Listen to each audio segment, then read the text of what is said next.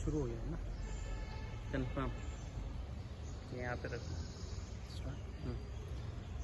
नमस्कार साथियों, Pacific medical college and hospital Udaipur के न्यूरोलॉजी मस्तिष्क रोग विभाग के डॉक्टर अतुला वाजपेयी सर की टीम के सदस्य आज हम लोग, मैं डॉक्टर हिमांशु दवे, त्रिपुरा सुंदरी माता जी के मंदिर में उपस्थित हैं।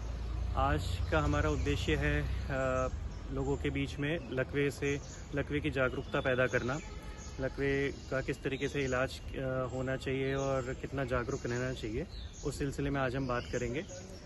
देखिए, लकवा जो है वो काफ़ी कॉमन रोग है और हर साल सैकड़ों लोग उससे ग्रसित होते हैं और उसमें उनको काफ़ी शारीरिक रूप से नुकसान और परेशानियां भी झेलनी पड़ती है। तो सबसे पहले हमें ये जानना है कि लकवा हम पहचाने कैसे कि किसी भी हमारे पास में या हमारे परिवार में कोई भी है उसको लकवा आया है। इसकी पहचान करना, उसको आइडेंटिफाई करना प्रमुख है, क्योंकि जितना जल्दी उसका इलाज चालू हो उतना हम उस पेशेंट में सुधार जल्दी ला सकते हैं। तो लकवे की शुरुआत के जो लक्षण होते हैं वो सबसे पहले हम पहचानें। एक मुंह का टेढ़ा होना, मुंह अगर टेढ़ा होने लगे अचानक से, वो एक लकवे का लक्षण होता है। दूसरा, एक साइड के हाथ या पैर में कमज़ोरी आना, आवाज़ लड़खड़ाना, ज़बान भारी होना, ये सब लकवे के प्रमुख लक्षण हैं। दूसरा, आंखों में अचानक से धुंधलापन आ जाना, एक का दो दिखाई देना, या बैलेंस बिगड़ना, हम खड़े नहीं रह पा रहे हैं या चलने में दिक्कत अचानक से होना, ये सब लकवे के प्रमुख लक्षण हैं। और लकवे के इलाज का मेन ये है कि हम जितना जल्दी उसका इलाज चालू करें उतना आगे जो है उसका प्रोग्रेस रुकता है और पेशेंट को जल्दी आराम मिलता है। तो शुरुआत के 24 घंटे सबसे महत्वपूर्ण है। उस 24 घंटे में से भी शुरुआत के 4.5 घंटे सबसे अहम है। तो जितना जल्दी हम लकवे के लक्षण को हमारे रिश्तेदारों में या हमारे मित्रजनों में या जो हमारे आसपास है उनमें पहचानें, और जितना जल्दी हो सके हम उस पेशेंट को जो भी निकटतम हॉस्पिटल है जहां लकवे का उपचार संभव है वहां ले जाने का प्रयास करें।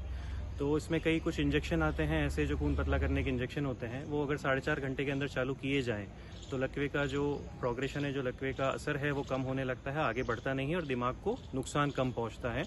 देखिए, लकवे में मेन क्या होता है कि जो धमनियां हैं जो खून का प्रवाह कर रही है दिमाग में, अपने मस्तिष्क में, उसमें रुकावट हो जाती है और खून का जो सप्लाई है, प्रवाह है, वो दिमाग में रुकता है। उसकी वजह से ब्रेन को, मस्तिष्क को क्षति पहुंचती है।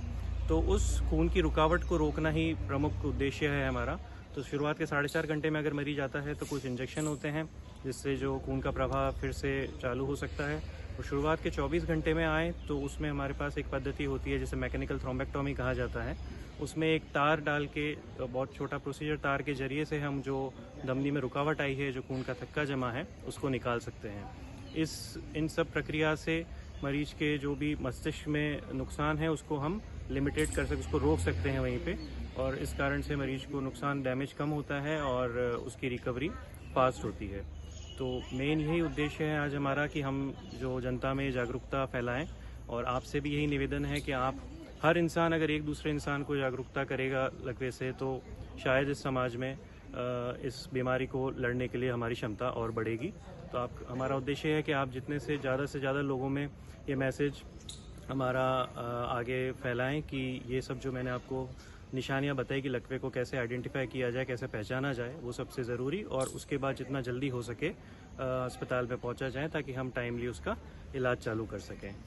धन्यवाद।